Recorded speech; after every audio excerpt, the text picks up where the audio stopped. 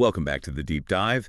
It is Tuesday, February 24th, 2026. And before we get into the massive stack of research we have for today, I want to start by asking you to look at your own behavior for just a second. Oh, boy. No, seriously, be honest with me. When was the last time you actually clicked on a blue link on a Google search page? That's a fair question. And Yeah. honestly, it is getting genuinely hard to remember. Right. I realized this morning, I typed in best way to clean a cast iron skillet. And I got that perfectly synthesized paragraph right at the top. I read it. It told me not to use soap, which I know is controversial, but I just took it as gospel. Yeah. And I closed the tab. Yeah. I didn't visit a website. I didn't see an ad.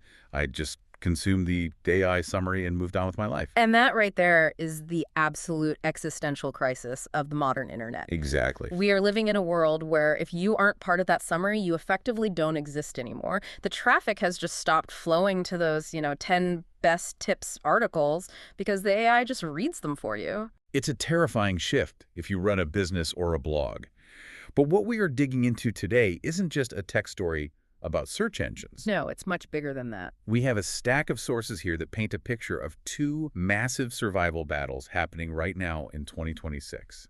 One is corporate, and one is deeply, deeply personal. Right. On one side, we have brands fighting to get mentioned by the AI, which is a concept called GEO. And on the other side, we have humans fighting to stay relevant and employed in a job market where the AI can do almost anything. And while those sound like two completely different topics, They really aren't. no, they are two sides of the exact same coin. We are talking about relevance in an automated world. And the framework we are looking at today for the human side, the four shields, is basically a survival guide for your career. It really is. But before we get to saving our jobs, let's talk about saving the internet, or at least saving brand visibility. We have to start with this acronym that is plastered all over the source material, GEO. GEO, Generative Engine Optimization. I feel like we all just barely got comfortable with SEO, and now the goalposts have moved again. I'm afraid they haven't just moved. They have been entirely dismantled and built into a different stadium. Okay, Generative Engine Optimization. Help me distinguish this.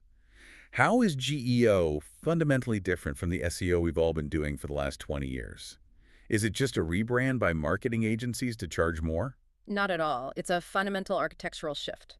Think of traditional SEO as a giant library. Okay. You want your book, which is your website, to be on the most popular shelf right at the front entrance, which is page 1 of Google. You use keywords and backlinks to convince the librarian to put you there. Right, you're fighting for shelf space. Exactly. But the user still has to walk over, pick up the book, and read it themselves to get the answer. GEO is entirely different. Also, In the GEO world, the user doesn't want the book. They want the librarian to read the book for them, synthesize it, and just tell them the answer out loud. So you aren't optimizing for a position on a list anymore. you're optimizing to be cited in the answer. Yes. In fact, our sources note that a lot of people in the industry are calling it AEO, Answer Engine Optimization. The goal isn't to be listed. The goal is to be the answer. That sounds incredibly difficult. Because if the AI gives a, 3-sentence answer, there's really only room for one or maybe two sources to be cited.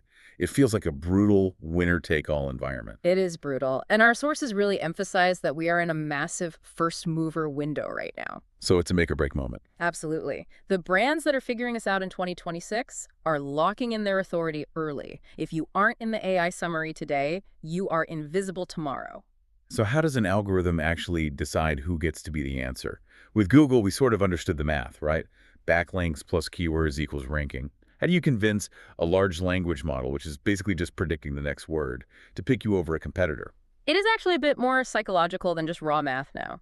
AI models are trained to be snobs. Snobs. Yeah, they rely heavily on a concept called EEAT. EEAT, another acronym. Yes, experience, expertise, authoritativeness, and trustworthiness. Okay, so EEAT. Because AI models are prone to hallucinations making things up, the engineers have tuned them to look for very specific trust signals before they cite a source. So backlinks aren't dead. Not at all. But they've evolved. It doesn't just count the raw number of links anymore. It looks at exactly who is linking and what the context is. Like, is this brand mentioned in a credible news outlet? Right. Is it in the New York Times? Do real verified humans review it positively on niche forums? The LLM uses these as trust signals to decide if a brand is a credible entity worth citing in a generative answer. So it's trying to emulate human trust. It wants to know that a real person in the real world vouched for this information. Exactly. And because there's so much money on the line here, literally billions in e-commerce revenue, a whole new massive industry has sprung up overnight to engineer that exact trust. Which brings us to the agencies, the new masters of the universe. We have this breakdown here from the source material regarding the top GEO agencies of 2026, and what is wild to me is how differently they all approach this problem. It's definitely not a one-size-fits-all industry yet. People are trying wildly different tactics. Let's look at the absolute leader in our source material, an agency called LSEO. What really jumped out at me is that they dumped over $1 million into R&D starting back in 2023. Which is wild. That is a huge bet on technology that barely existed yet. But it was a gamble that completely paid off. They built a proprietary platform called DieYCO.ai. And what it does is fascinating. It performs something called prompt modeling. Okay, explain that to me. What does prompt modeling actually look like in practice for a brand? So imagine you sell home security systems. In the old SEO days, you would just write a giant article called Best Home Security 2026 and stuff it with keywords. Right, totally generic. But LSEO's tool simulates thousands of different, highly specific ways a human user might actually ask an AI about security. Like conversational queries. Yes. Things like, what's the best alarm for a rental apartment that doesn't require drilling holes? Or, how do I secure a house with 3 doors on a tight budget? Okay, so they are anticipating all the conversational nuance that people use with ChatGPT. Exactly. And then they reverse engineer what the AI is currently saying in response to those specific prompts. They analyze the structure the LLM prefers, and they tweak their client's content to match that exact structure. They're essentially teaching the content to speak the robot's language. That's exactly it. But does it actually work? Or is it just theoretical tech jargon? Oh, it works. Look at the Ring doorbell case study we have in the notes. Ring is a huge company, Amazon-owned, but they were actually struggling on AI search results for generic competitive terms like home security alarm. They're stuck on page 2, which, as we know, is basically the graveyard. Right, so LSEO didn't just stuff keywords. They restructured Ring's content to answer those specific conversational queries, focusing heavily on authority signals. And boom, they moved them from page 2 right into the top 5 within the AI summaries. That's incredible. But not everyone is taking this high-tech reverse engineering approach. Yeah. You have a group in here like iPullRank, and reading their profile, they sound less like marketers and more like deep back-end computer engineers. They essentially are. Their entire focus is on relevance engineering. They deal with the plumbing. Gaming of the internet. Yeah. See, a lot of modern websites use incredibly complex, code-heavy JavaScript dynamic rendering. For the non-technical folks listening, rendering is what? Rendering is just the browser turning lines of code into the actual picture and text you see on your screen. The problem is sometimes an AI crawler hits a site with really heavy JavaScript and it just sees a blank page. Why? Because it doesn't have the time or the processing power to sit there and render the code. It just moves on. So you could have the absolute best content in the world, the Nobel Prize of content, but if the AI crawler can't read your JavaScript, you are entirely invisible. Completely invisible. iPullRank goes in and fixes that plumbing using log file analysis and technical setups so the AI can actually digest the data.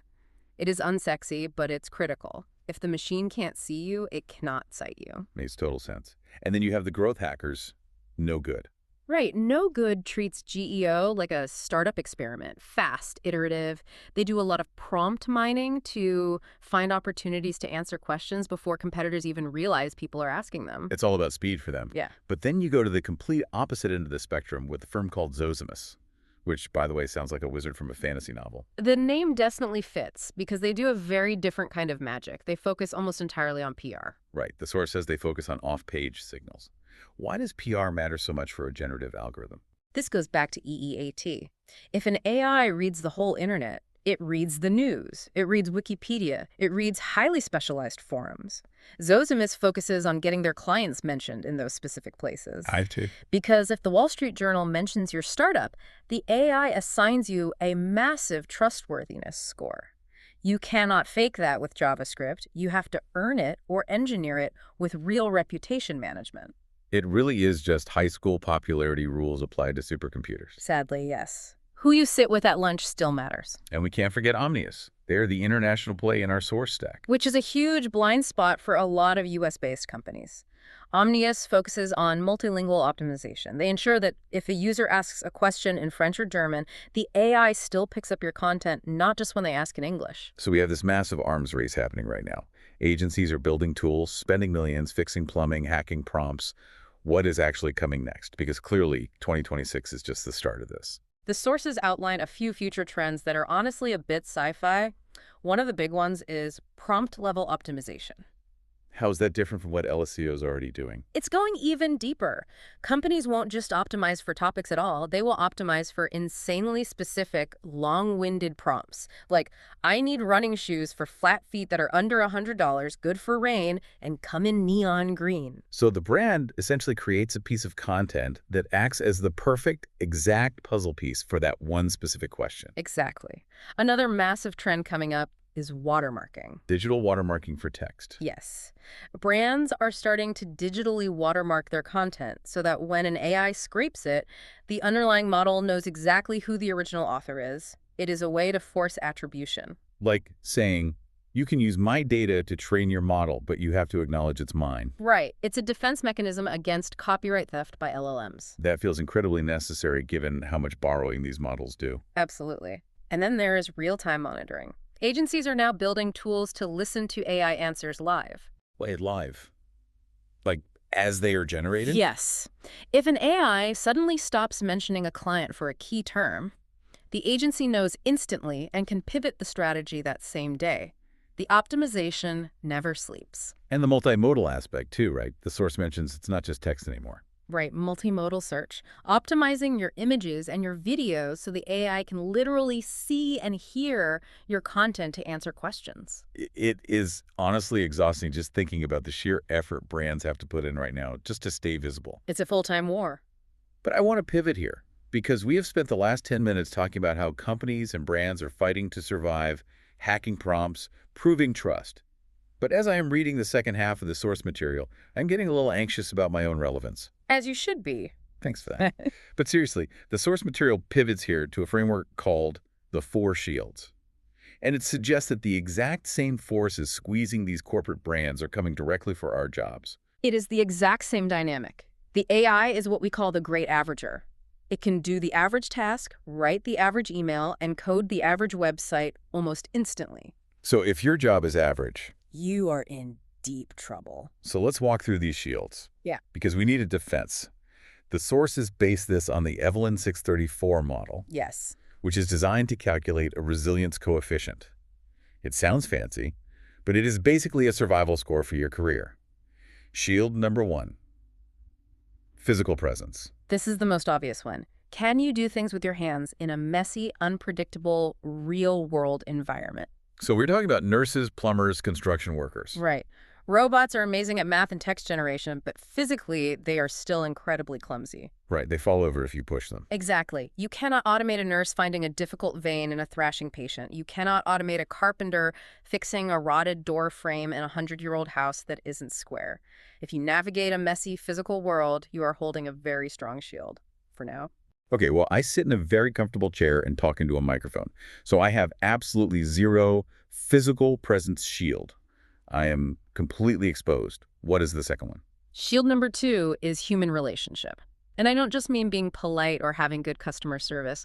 I mean deep, therapeutic, empathetic connection and trust. Give me an example of where AI actually fails here, because I have seen some AI chatbots that are surprisingly good at active listening.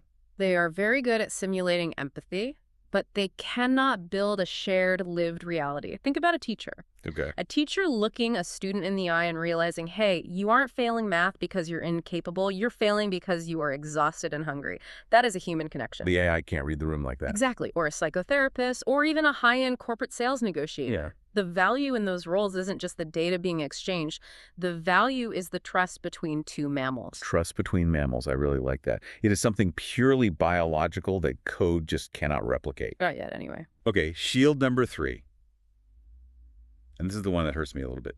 Creative judgment. This is definitely the most controversial shield right now. I mean, we are seeing Mid-Journey creating photorealistic art and Sora generating entire short films.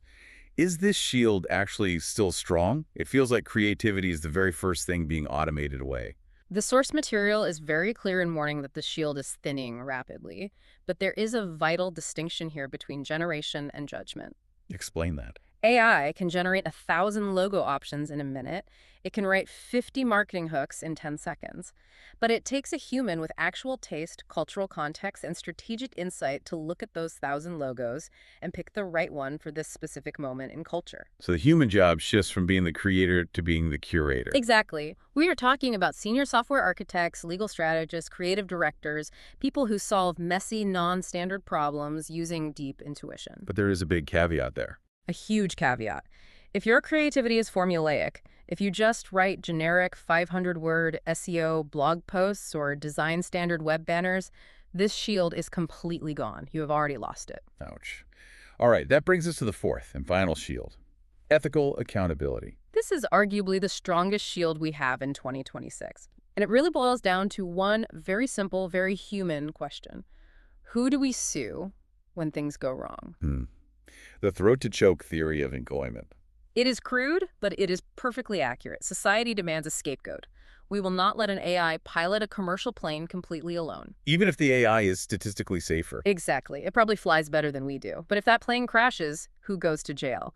We won't let an AI be the final judge in a murder trial. We need a human being to take the heavy moral weight of that high-stakes decision. So judges, pilots, financial fiduciaries, they are heavily protected simply by the legal necessity for a human to be accountable. Right.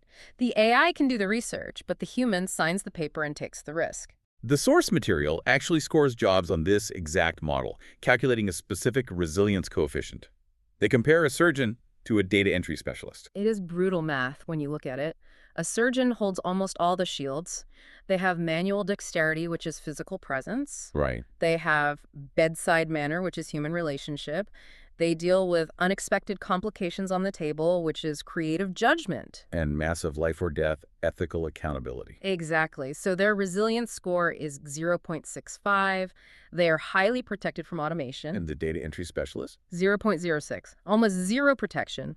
They have no physical requirement, no deep relationship needed, no complex judgment, and very low accountability. They are basically walking into a technological buzzsaw. That is a stark difference, 0.65 versus 0.06. But there is a warning in the sources about this too, isn't there? These shields aren't permanent armor. No, the concept is called shield erosion. You cannot just rest on your score. Because the tech is always getting better. Exactly. As AI improves, that creative judgment shield gets weaker and weaker every single year. And as society gets more comfortable with AI, laws will change. Maybe one day we will allow AI to make legal rulings on minor things like traffic tickets or small claims. Which instantly shrinks the ethical accountability shield. Precisely. You can't just grab a shield and stand perfectly still. You have to be constantly reinforcing it, or ideally picking up a second or third shield. So if we zoom all the way out here, looking at the entire stack of sources today, there really is a unified theory. I think so. I'm looking at the notes on GEO, where brands are fighting for visibility, and the notes on the four shields, where humans are fighting for careers. And they are telling the exact same story. They really are. Think about it. What does an AI search engine want from a brand's website before it ranks it? EEAT. It wants expertise and trustworthiness. Right. Real human signals. And what does the modern economy want from a human worker to keep paying them a salary? Expertise and trust, specifically in the form of ethical accountability and real connection. It's the exact same mechanism. If you are generic, you are gone. If you can be perfectly summarized, you can be entirely replaced, whether you are a corporate brand or a human employee. The things that make content valuable to an algorithm today are the exact same things that make humans valuable to the economy. Real expertise, real trust, and real distinctiveness. Exact. So for the person listening to this right now, driving in their car or sitting at their desk, realizing it is 2026 and things are moving incredibly fast, what is the actionable advice? What should they do today? I strongly suggest doing a personal audit. Just like LCO audits a website for trust signals, you need to audit your own career for shields. Sit down and honestly ask yourself, how many shields am I holding right now? And you have to be honest with yourself. Brutally honest. If you are a mid-level graphic designer, do you rely entirely on creative judgment? Because we know that shield is eroding fast. So what do they do? You diversify your defense. Can you add human relationship to your work by becoming an incredible client manager? Can you take on more ethical accountability by handling the budgets or legal clearances? I love that. Audit your shields. Because Mhm. just hoping the technology slows down is absolutely not a strategy. It isn't. And I will leave you with this final thought from the research. We are moving rapidly into an era where being average is literally the most dangerous place to be. The danger of the average. Yes. In the past, you could have an average website and you'd still get some traffic on page two. Yeah. You could be an average employee and mostly fly under the radar and keep your job. But in an AI-driven world, the average is generated instantly, infinitely, and for free. Right. The AI literally is the average. Exactly. The AI is trained on the aggregate of the average. So Mhm. whether you are a brand trying to rank or a person trying to stay hired, you can no longer just provide information. You have to provide insight or human connection or genuine responsibility. If you aren't distinct, you're automated. Precise. That is a sobering but entirely necessary message for where we're at. But before we wrap, I want to leave you, the listener, with one more provocative thought to chew on, something that builds on everything we just discussed. Let's hear it. We have spent this entire deep dive talking about how humans and brands need to prove their trust and value to the AI, or prove their ethical accountability to their human employers to stay safe. But think about this. What happens in a few years when corporations start giving AI systems their own legal entity status? Oh, wow. Right. What happens when the ethical accountability shield vanishes because a company figures out how to legally insure and hold an AI liable for a mistake instead of human? We are optimizing our shields for today's rules, but the rules of accountability might completely rewrite themselves. That is a terrifying but very real possibility. When the scapegoat is a machine, Yeah. that fourth shield drops entirely. Exactly. Something to mull over as you audit your careers this week. Thank you for walking us through this massive map of the future. Always a pleasure. And thanks to you for joining us on this deep dive. Go check your shields, stay distinct, and we will see you next time.